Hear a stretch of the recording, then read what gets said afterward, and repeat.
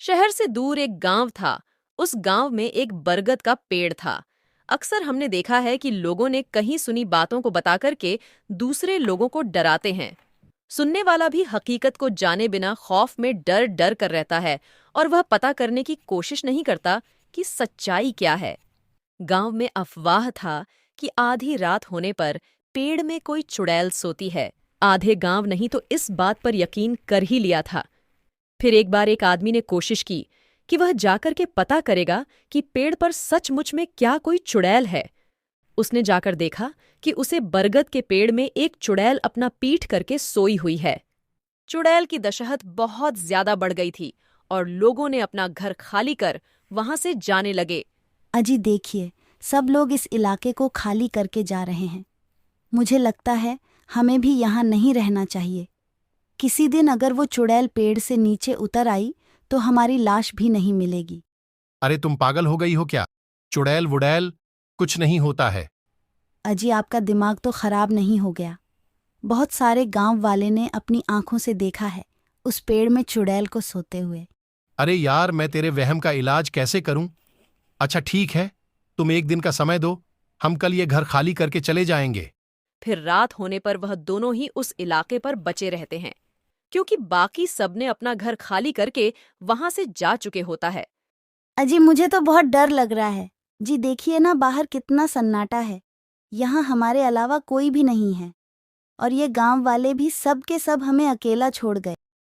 तुम डरो मत, मैंने एक घर किराए में देख लिया है। कल सुबह होते ही हम निकल जाएंगे। फिर वो दोनों सोने लगते हैं, तभी कुत्तों के जोर जोर से रोने की आवाज आती है।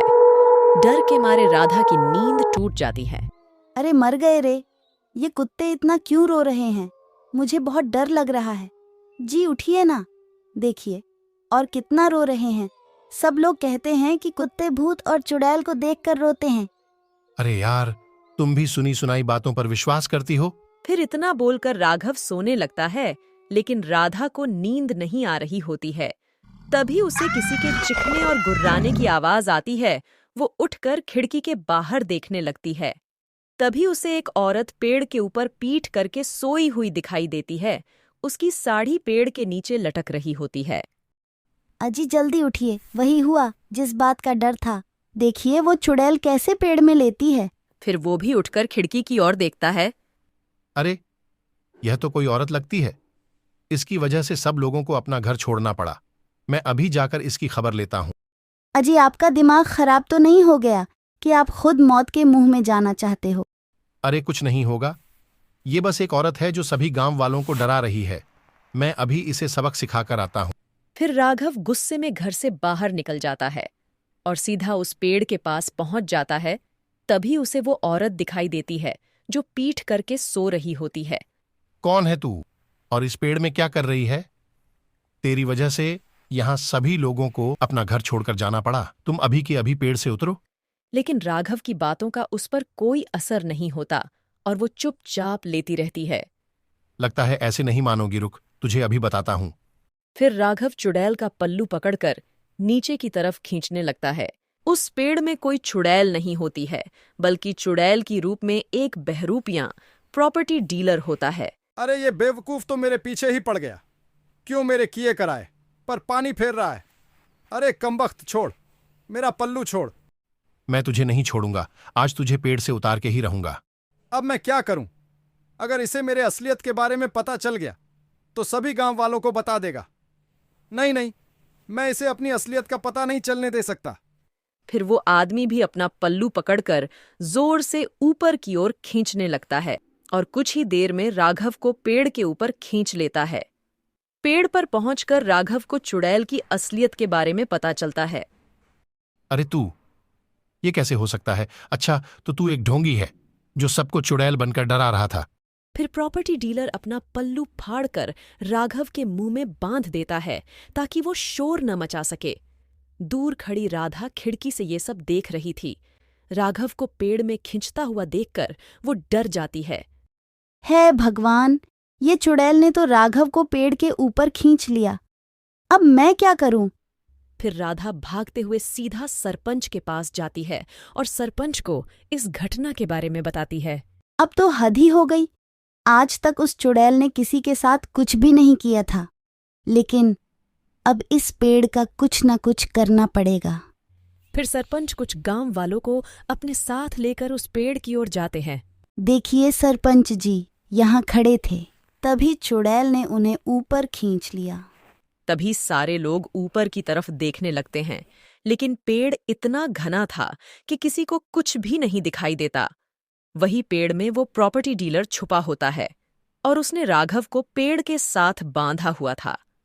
राघव चिल्लाने की कोशिश तो करता है ताकि सबको चुड़ैल की सच्चाई बता सके, लेकिन उसके मुंह में कपड़े बंधा होने के कारण वो कुछ भी नहीं बोल पाता। बेवकूफ, देख तेरे वजह से क्या हो गया। कोई भी गांव वाला यहां आने की हिम्मत नहीं करता था। देख तेरे कारण से इतने लोग आ गए। मेरी तरकीब काम कर रही थी।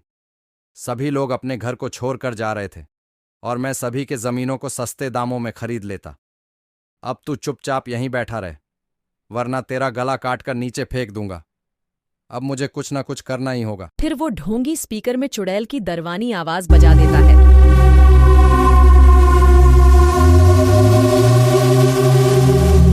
अरे मर गए रे सरपंच जी।